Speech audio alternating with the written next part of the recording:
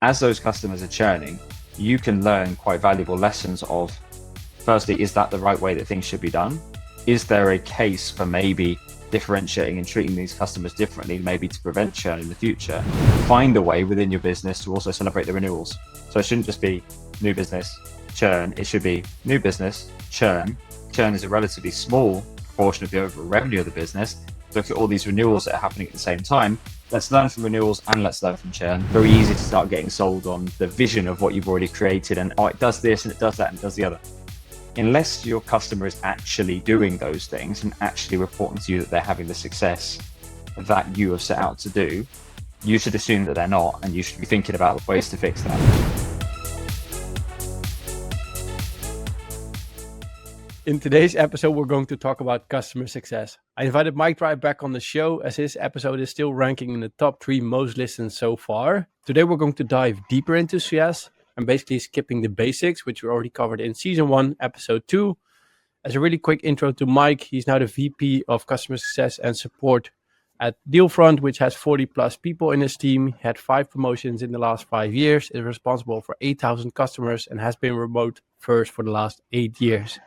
Welcome to the show, Mike. Thanks, Joran. I appreciate it. Thank you for inviting me back. I suppose now that I've got a second appearance, this makes me officially a friend of the show, right? So I'm excited to be here. You've always been a friend of the show, so definitely welcome back. Good stuff. Nice. So let's just dive right in. So in your title, separated to customer success and support. So I guess the first question, what is the difference between CS or customer success and support in SaaS, in your opinion? Yeah, good question. I suppose the trite and simple off-the-shelf answer is that the CS customer success side of things is about more sort of strategy, proactive work, this sort of thing. And the support side is more reactive, responding to technical challenges that come up. The way that we work in my team, that is the distinction, but we don't draw the distinction quite along that line. So as to say one team is strategic and the other team is just order taking. It's a case of one team focused on a particular type of request or challenge or thing that the customer needs to do, and another team working on a different version of the same thing. For example, a customer might come into our support chat and raise an issue with regard to some technical thing they'd like to achieve with our product. That can lead to conversations with TSMs as to, okay, now that we've solved the thing that you raised in support, what can we do with you more? How can we take that idea that you had or that request that you had and take it to the next level? I see it as one hand washing the other and feeding that customer journey on. But probably the most simple definition is just simply how that request or how that interaction is happening. Is it coming to you and you're reacting to it, or is it proactively being triggered on the customer success side? And as you mentioned, in the end, they work with the same clients, one proactive, one reactive. So you have to keep each other in the loop all the time on what is happening. Exactly. And I think like one of the key things that is important is that from the customer's perspective, it should feel like these two things are linked and one is a continuation of the other. It shouldn't be a case of, for example, you're going to get a support response in 2 minutes and you're going to get a CS response in 3 weeks. Like, it shouldn't be like that. One should be very similar in terms of tone and experience, and the way that you are dealt with as a customer should be hand in glove, regardless of whether you're dealing with a support professional or with a CSM in this case. Yeah, nice. One of the big things happening right now, or I see a lot on LinkedIn, is churn. Companies are having a lot of churn right now. So I guess maybe to even dive it in or to turn it around into a positive question, is customer churn always a bad thing for SaaS businesses, or can it sometimes be indicating something positive as well? Yeah, it's a good question. I think it depends on how important that revenue is to you right now. Maybe the better way of answering the question is to say that it depends on what the churn is a symptom of.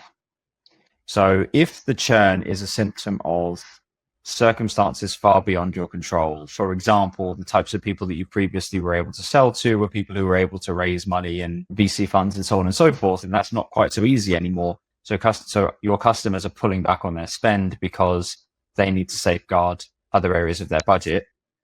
That's one thing. But if the churn is a result of, for example, product experience, or it's a result of the customer not being able to easily extract the ROI from the product, it can be a positive thing in the sense of that's a really good learning opportunity.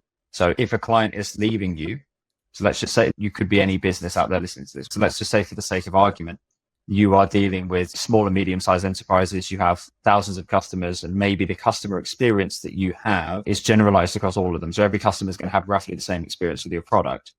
As those customers are churning, you can learn quite valuable lessons of, firstly, is that the right way that things should be done? Is there a case for maybe differentiating and treating these customers differently, maybe to prevent churn in the future?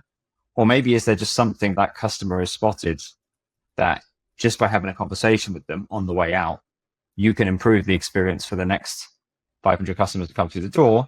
And maybe one day that kind of improvement that you make could even tempt that churning customer back. You might even put yourself into a situation, depending on how simple the problem is that they're churning for, you might even be able to put yourself into a situation where you solve the problem, make a wider chunk of the customer base happy, and you're able to go back to that customer and say, just so that we're the sort of business that listens to you and we listen to our customers, and we've been able to tackle that issue. So if you ever want to come back, you're going to have a better experience with us as a result. Again, I think it basically just depends on what you make of it. It's up to all of us in the business world to make the best of the things that come our way. So if it's a churn situation, is there something to learn from it? If it's a customer you could turn around really easily just by solving something about the experience they've had with you, brilliant.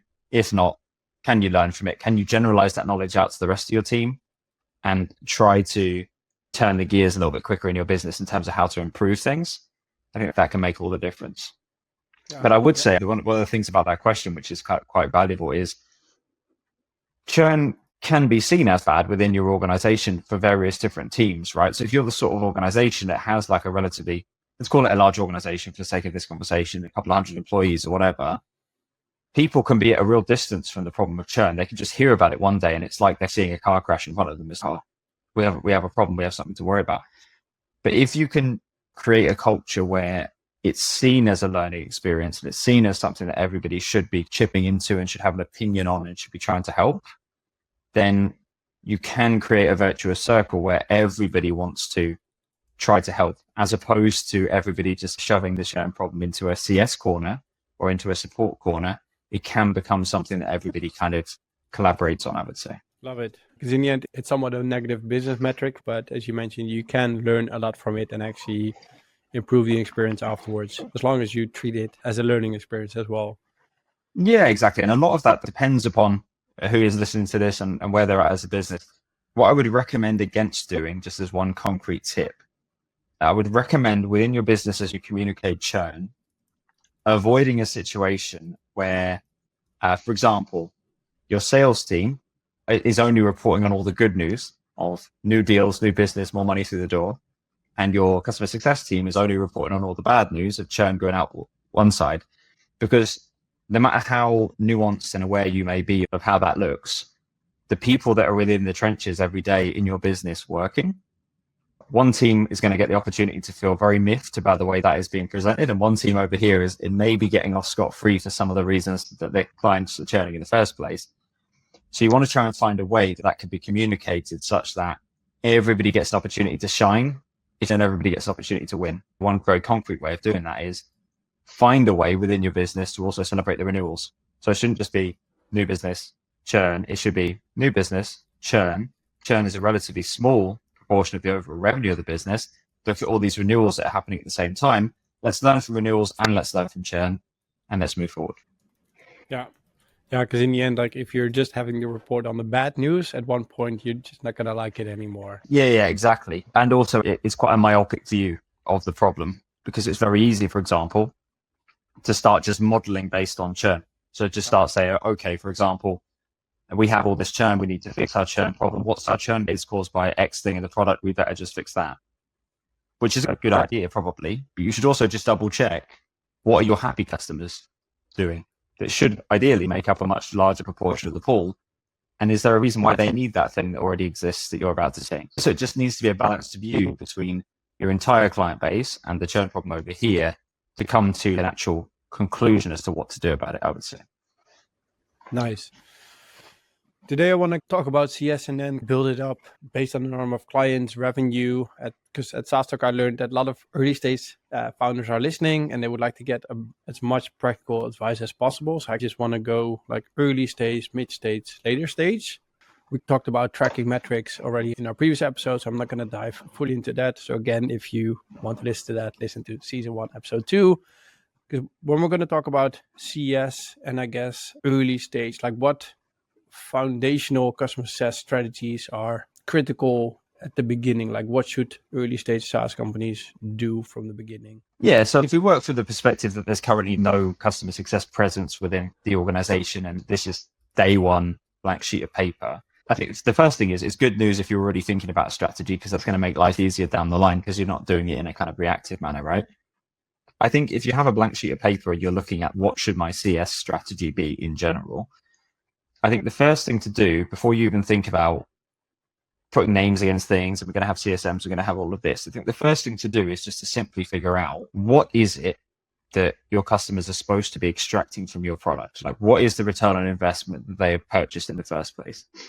And I would encourage everybody to be really crisp in terms of defining that. It shouldn't be something that you can summarize in 3 words. I know that's normally ideal, but like you want to reach a level of specificity to say, we want our customers to achieve X in X period of time, such that they'll be happy with us and maybe they're recommending us, maybe they're sticking with us forever. But it should just be really clear what that customer is supposed to be able to achieve.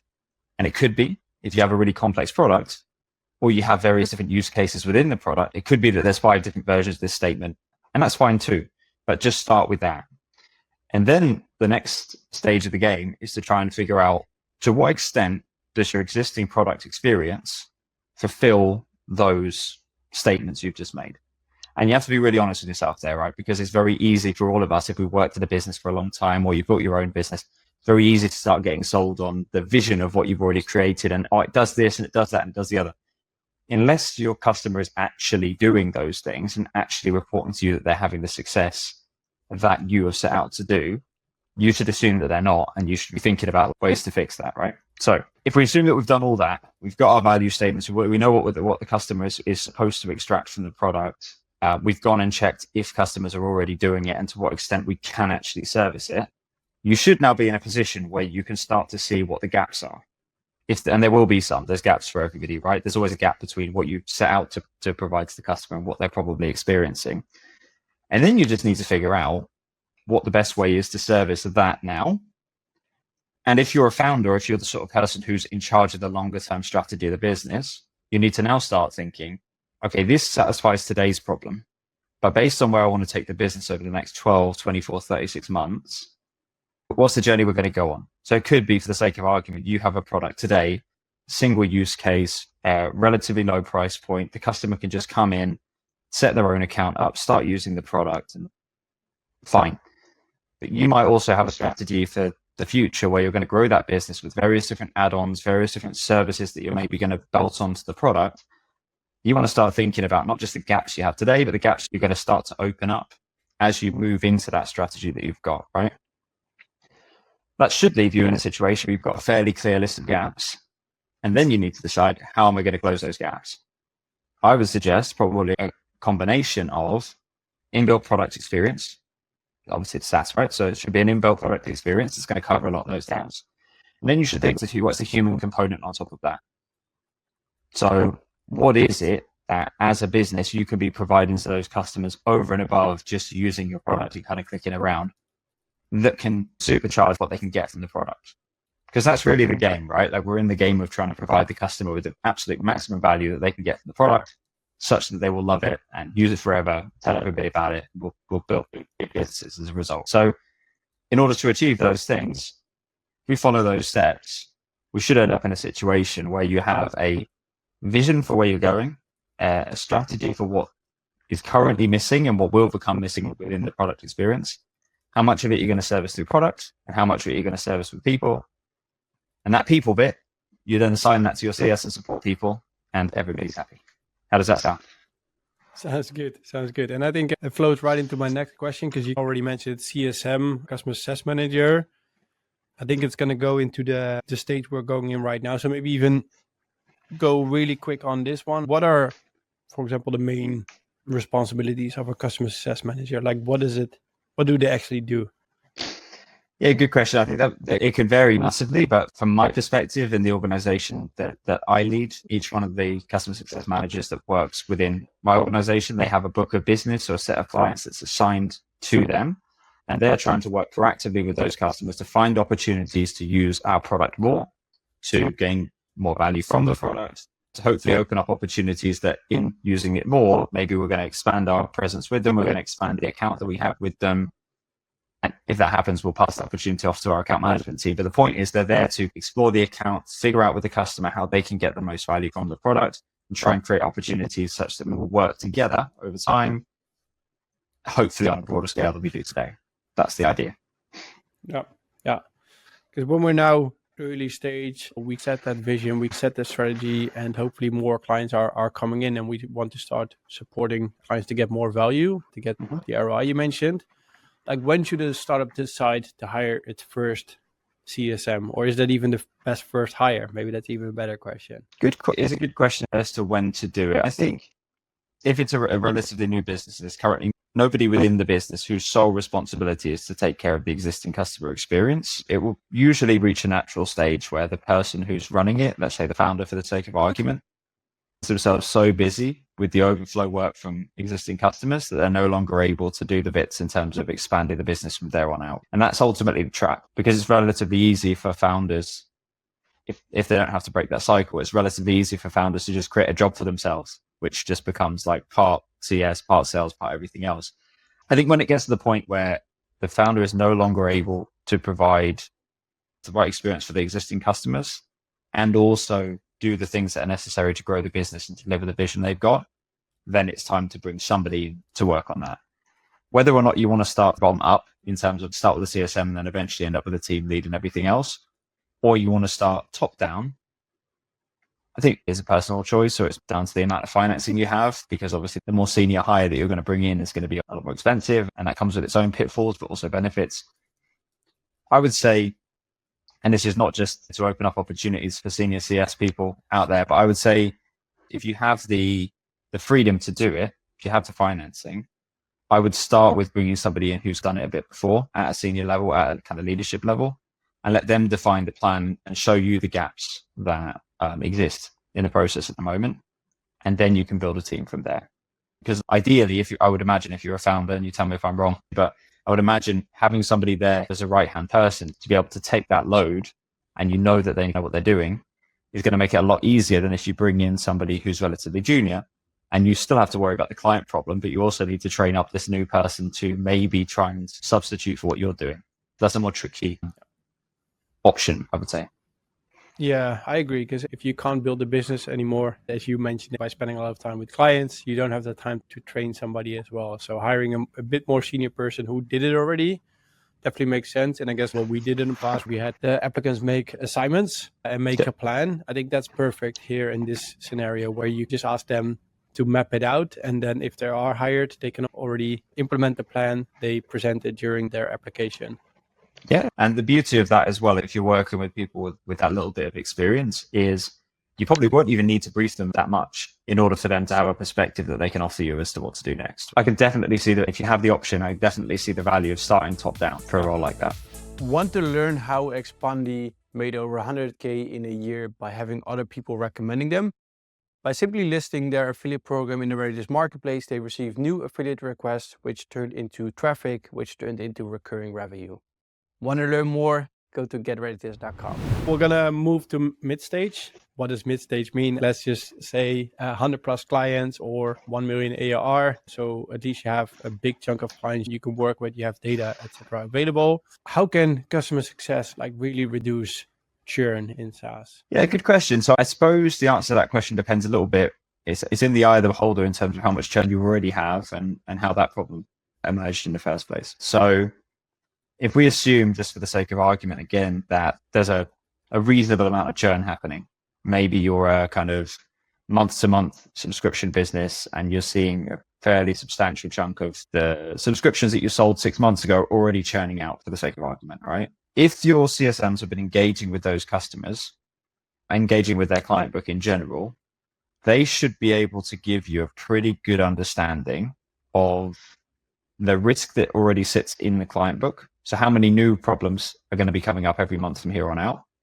Any trends that exist in the clients that have already churned, And they should be able to tell you a narrative as to what needs to be fixed. Like, I'm a big believer in general that I know we all go looking for like miracle solutions and other problems outside the business to solve problems. But the vast majority of the time, the answer is in the head of somebody that's in your business. And oftentimes it's in the heads already of the people that are working with your customers, because in order to support your customer, they are having to go through probably the same challenges that the customer is going through when they're not around. And it should be very clear what the problem is. And then in terms of how they can reduce the churn, it depends on how fixable the problem is. For the sake of argument, if the issue is, hey, this product is quite tricky to use, so it's very difficult to find the value within the product, or for the sake of argument, maybe your product requires a lot of configuration. There's not that much guidance in the product. Somebody always has to come in and help them. Maybe there's not ROI calculation, or there's not some sort of dashboard within the product that shows the value. Any one of these problems, right?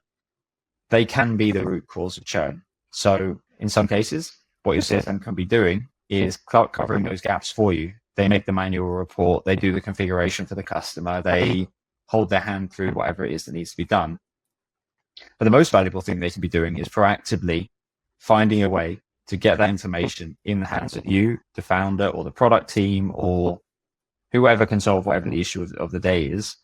Provide them with the examples, provide them with the opportunity to speak to the customers that are most vocal about these problems, and just shine a light on the problem that would otherwise just disappear into a Tableau report somewhere that just says the churn number is up by 10% month over month or whatever. They're the people that can give you the actual descriptive detail that you need to solve the problem. And that's how they can help most, I would say. Yeah.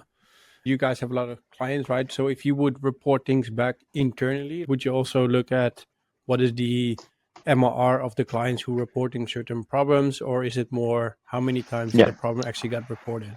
A bit of both, actually. So one process that we're working on, or that we already have in place, but we're iterating on it over time, we have a Slack channel specifically dedicated to this now. So if any client of ours does churn, into the channel is dropped a profile of the customer.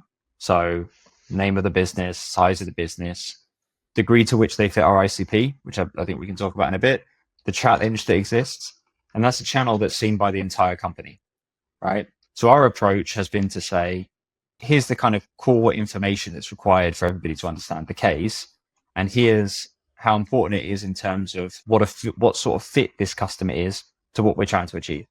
So for example, if a customer is like pretty much dead on the perfect ICP fit for us, and they're churning for a problem that should be solvable within our product, that's a bigger issue than if it's a customer that probably couldn't be a good fit for our product in the first place due to something about them and they have an issue.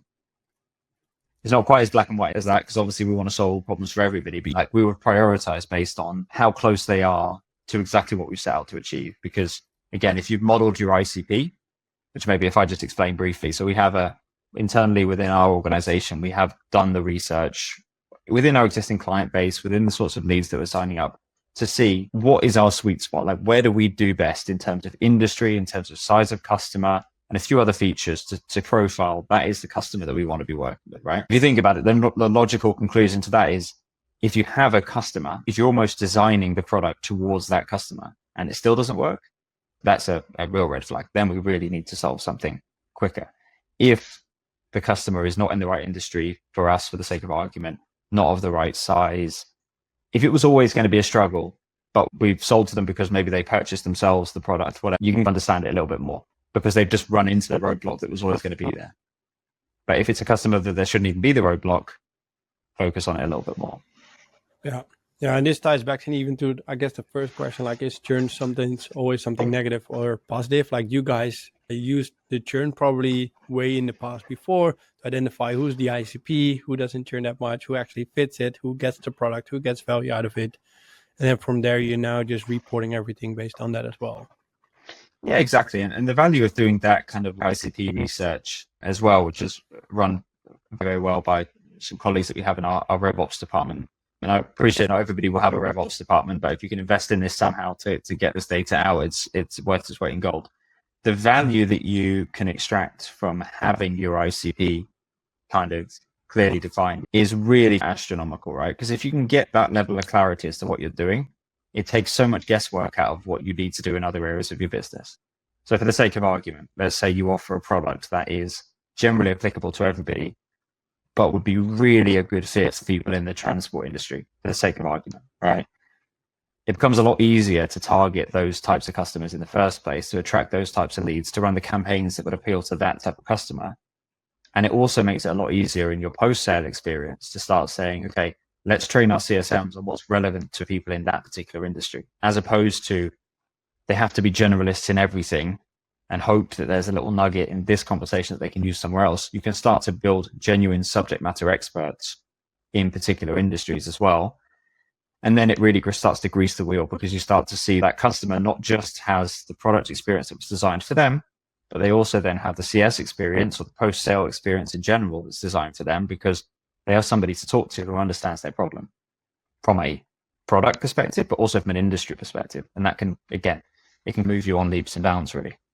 Yeah, love it. And I guess because this is already assuming we have a CS team talking to the client. So if we're, I guess, like a bit mid-stage, you mentioned if you can have a rev-up teams, definitely have one. I think mid-stage might be a bit too soon. So I guess like mid-stage, how would you build a CS team? What kind of departments, people, specialists would you get in there?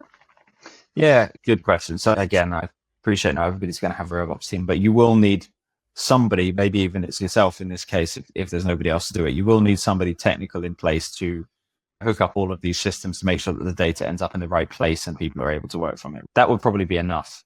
As in, if you're just on this track and you're just getting started, just having somebody who can make sure that the right post-sale information finds its way into a system that your CSM or whoever can use, that is a good thing. In terms of how you would staff the team, again, depends a little bit on the challenge. It depends upon the technical complexity of the challenge as well.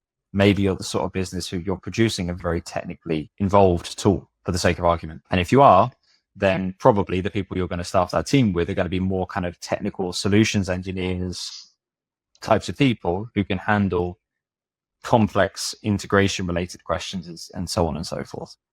If you've gone the other way and your product is far more, it's generalist in its application, it's relatively easy to use, etc., then I would start with, as we talked about before, a standard CSM type of a position, somebody who can pick up that book of business, assuming you put a leader in place who knows what they're doing as well. But if you start building out CSMs, you can hire a generalist CSM who will be able to look after a book of business for you. And as we talked about before, what they're going to spend their day doing is looking into the accounts of the customers, looking into what they're using, looking into what they should be using, finding the gaps, solving those gaps, and hopefully building that relationship that will allow you to do more with that account over time, right? On the support side, again, depends a little bit, same thing. How easily configurable is your product? What sorts of issues are being raised, etc. If there are going to be a lot of issues that are going to have to flow to somewhere, you don't just want to load your kind of, let's say, strategically focused CSM with just more stuff to do. Fill in this form, press this button for the customer, blah, blah, blah. Ideally, you would have a separate support person, at least one person to do this to begin with, who can, again, they can be tackling some of that more day-to-day stuff that's coming up for the customers. Again, just fueling that good customer experience. Because if you can create a circumstance, like we said, maybe at the top of this conversation, where it feels like one consistent experience, and it's not just a case of, I'm speaking to 3 or 4 different people to do one thing. Support person has a particularly defined role. CSM has a really clearly defined role. You can start to move from there, right? I think the obvious question I think that comes up a lot of the time is, when you think about staffing this from there on out, is it just a linear progression of, okay, every time I acquire 200 more customers, shall I hire another CSM? Is the question. And obviously, especially in this market where it's not quite as easy to raise money as before, it's not quite as easy to be financed, the answer to that question is no. But you're still going to need somebody to do it, right? But you don't need to have some sort of graph that goes like that. So every time you hire a new client or bring in a new client, you have to hire a new CSM. The way that this should most probably work is coming back to what we said before. If you've defined what that customer experience is supposed to be, you've defined where the gaps are, you can start to make a relatively easy approximation of the type of workload that's going to come from that, right? And you may be able to create a situation where many of your customers, let's say half of your customers, can get that experience in a relatively automated fashion. So now you're just assigning your really high value, really customers you have highest hopes for to your CSMs, and you're trying to divine a kind of high value automated experience for the rest. And then you can move those levers as your business progresses. Maybe you're able to lean more into automation. Maybe you might need one extra person, but it's not just going to be a one-for-one kind of deal. Makes sense. It almost looks like you listened to the last episode, because what Jaco van der Kooi mentioned, if you want exponential growth, you can't be dependent on a linear system. So hiring more people. And that's exactly what you're trying to say here as well. Like, don't hire a new CSM every time you have X number of new clients. So love the consistency during the podcast here as well. Good. I'm glad we're in sync. Exactly. And you already are going to the next phase. That's the phase you guys are in as well, going from 10 million to 100 million ARR. Because my first question was going to be like, how can SaaS companies scale customer success as they grow? And you mentioned it right. So don't hire a new CSM every time you have extra number of new clients in, leverage automation, any other things they can scale CS. So yeah, I think that the key thing at the moment, and obviously it's very in vogue, is automation and the use of AI and everything else. The key exercise to go through is defining what is the experience you want your customers to have and what value do you want them to actually attain for the product, right? If you can get that bit right, you can start to see areas that you will need to scale and improve over time.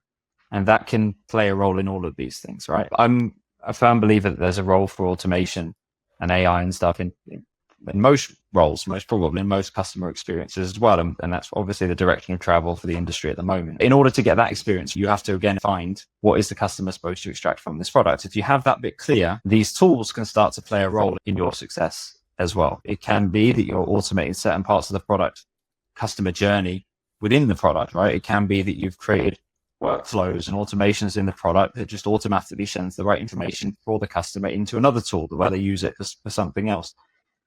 All of these things can play a role in helping you to scale the CS because they're taking away the kind of mundane and the day-to-day activity, and they're allowing people to focus on what hopefully people are going to still be employed to do, which is that kind of strategic, big picture thinking activity that will ultimately lead to success for customers as well, right? Yeah, I think that's like really nice because automation can do a lot of things you mentioned. And yes, you're repeating yourself a lot, but I think that's the thing within CS. You have to repeat yourself a lot. We need to focus on the ICP. You need to be focusing on getting the clients to value. You need to be repeating yourself all the time why people are churning to actually get things moving within the company, product-wise, sales-wise. Because I think that's one thing as well, right? Reporting things back into the company is probably repeating yourself a lot to get things done. Yeah, I would say so. It's finding new ways to say the same thing again and again, but that's okay. It's part of the game, I think. Nice. When we talk about that, because you're now in a full-grown company, right? So how does it work, cross-functional collaboration between CS, sales, product, and then especially towards driving expansion revenue for yourself? Yeah. So we have quite a number of cross-functional projects that are kind of permanent fixtures in terms of what we do as an organization. For example, we have an ongoing project within our company, specifically churn and retention, that brings together senior leaders in various different departments to tackle exactly these issues. For example, if we see that we have an issue where a certain type of customers is not adopting the product in the way that we want them to, we can bring this group together, we can illustrate the issue, we can get the information immediately into the hands of the people who can make decisions in terms of, well, how do we modify the product to solve this problem?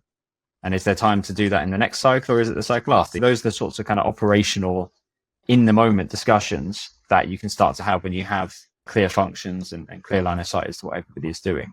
And that's maybe one of the benefits of a slightly larger company. One of the downsides is maybe a little bit of siloing, but on the positive side, there are defined groups of people with defined responsibilities as to how to handle given issues. And if you just bring them together in the right forum, you should be able to make decisions fairly quickly, because even the company that I'm part of it's not IBM, it's 250 people. But that's enough to achieve what I've just mentioned, where you can bring the right people together, you can discuss the issues, and hopefully you can come to rapid conclusions as to what needs to be done. Yeah. Yeah. And I think these projects that you mentioned will also help in a way to get rid of those silos a little bit. You're always going to be probably stay in that silo, but at least you get familiar with each other. You talk a lot, and then you can also bring up other problems you're seeing with the clients, and then you can report them one-on-one, basically. Exactly. And whenever you bring that group together, it's a timely reminder that everybody's in it together. Everybody's all working to achieve basically the same goal, which is to deliver a solution and grow a company, right? So But just bringing the group together helps you to be reminded of that fact. And it's not us against them, it's us against the problem. Exactly. And I think that's the most important thing. It's not just CS is responsible for churn. It's going to be like an entire company challenge to tackle. Exactly.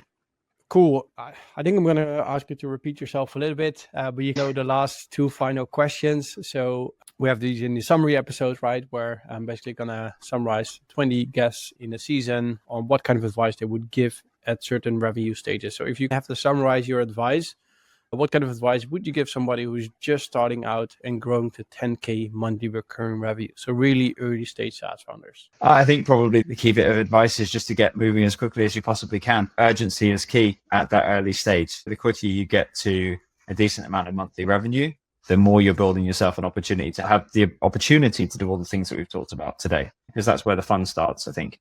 There's the fun bit in the beginning when you have a really interesting idea, and it's probably the last time when it's the perfect idea, because it's not yet encountered reality. And then you've got like a valley of struggle, and then you get to a point where you have enough revenue so you can actually look over the hill. I think just climbing that as quickly as you possibly can is the goal. However you go about doing that and giving yourself the opportunity to succeed, I think that's the main piece of advice I would give.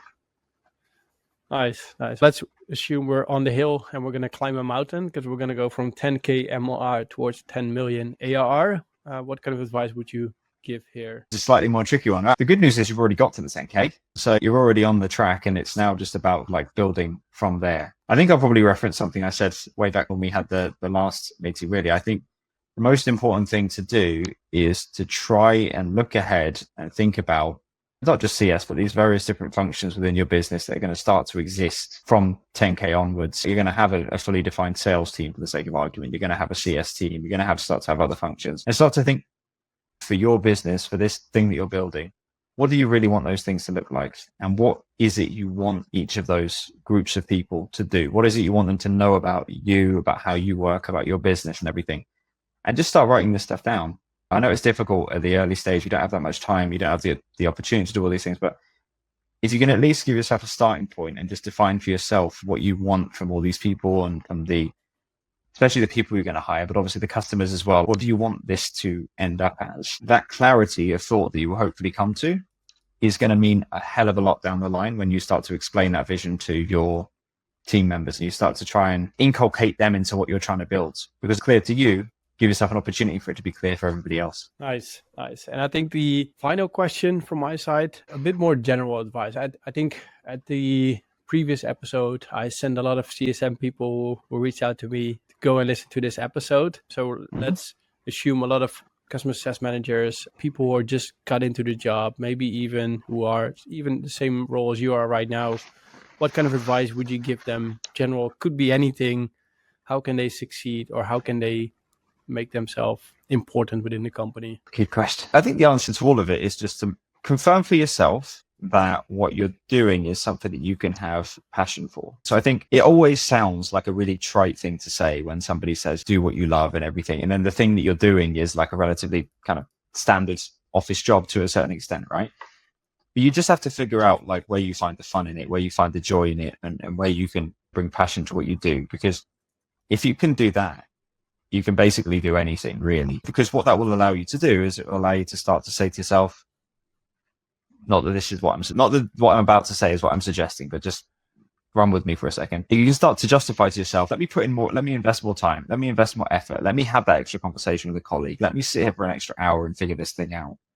And the accumulation of all those, let me do this extra little bit to make this better for everybody over a long enough period of time is how you become important to a business. It's how you also succeed in your career. It's also how you succeed on a personal level, because it doesn't just become a job. It's not just a job that you're doing every day that you have to drag yourself to the desk to get through. It becomes something that you actually look forward to doing. And if you can create that to yourself, then it's easier, right? I think there's a nugget of wisdom again in there somewhere, but I think it's just about finding the passion in what you do. It doesn't necessarily have to be, oh, I have passion for explaining a product for a customer. It can be, you know what, I'm really passionate about like working with my colleagues every day and like finding a way to make this fun and having a laugh as we do it. And in order to do that, I'm going to make sure that I offer the best experience to our customers such that this thing gets bigger and better for everybody. It can be that. I would say. Love it. I think I've seen that firsthand, of course, while working together. It's nice to see that you still have it, because that's how I always remember you. Like, you're always going the extra mile, always trying to figure out new things, learn new things, do new things to figure out how can we do better while having fun in the meantime, which is nice to see. You're too kind, my friend. I appreciate it. Thank you. Nice. And I'm going to try to see if I can summarize you, let's say, in 1.5 minutes. So we're going to start at the basics. Customer success is proactive. Customer support is reactive, but they are going to work closely together because they handle with the same type of clients. Treat churn as a learning opportunity. Learn how to prevent churn, improve experience, create a virtual circle between the different teams, create celebrations within the CS team, and not just punish on churn. When you're going to go early stage, set a vision. Where are you going? Strategy on how to actually get there. Define what is the ROI clients want to get. So what is the value they're trying to get out of your tool? And don't assume clients are actually getting the value. Check this with them. Help them to achieve it with product experience plus human assistant. Then when going more early or more mid-stage, hire your first CSM. When you can't build a business anymore, you want, due to spending a lot of time with clients or other things, ideally a senior person which already did it. So you don't have to onboard them as much as you need to. Then reduce churn, leverage the experience knowledge from the people already within your company after it's already there. Make sure you show the value in-app plus human assistant. Report the issues back to the company, get insights into data. How much do they actually match your ICP and why are they churning? And then more in a later stage, don't hire a new CSM every time you have X number of new clients. If you want exponential growth, you can't be dependent on a linear system. So hire more people, use automation to help them achieve to get value. And human is more focused on the strategy. And then, of course, set up cross-functional collaboration projects to tackle certain problems. And when we're diving more into the revenue stages, 10K MR, urgency is key, 10 million AR, define what you're trying to build and build a strategy on that. And for the CS people out there, do what you like, have fun, go the extra mile, and then it's going to bring you in new places. That's it. You got me perfect. There we go. Thank you, Mike. We're going to link back to your LinkedIn profile. Any other ways people can reach out to you if they want to do so? Yeah, for sure. I think LinkedIn is the ideal place. Feel free to send me a DM or a connection request or anything you like, and we can have a chat there if there's anything in particular that I can maybe help you with. But thanks for the invite. It's been a great chat. Appreciate it. Likewise. Thanks for coming back, Mike. For people listening, make sure to follow the podcast if you haven't and leave us a review or fill out the poll, which we always put to the podcast episodes. Love to hear what you thought of this episode. Thanks. Thank you for watching this show of the Grow Your B2B SaaS podcast. You made it till the end, so I think we can assume you liked this content. If you did, give us a thumbs up, subscribe to the channel. If you like this content, feel free to reach out if you want to sponsor the show. If you have a specific guest in mind, if you have a specific topic you want us to cover, reach out to me on LinkedIn. More than happy to take a look at it. If you want to know more about Reditus, feel free to reach out as well. But for now, have a great day and good luck growing your B2B SaaS.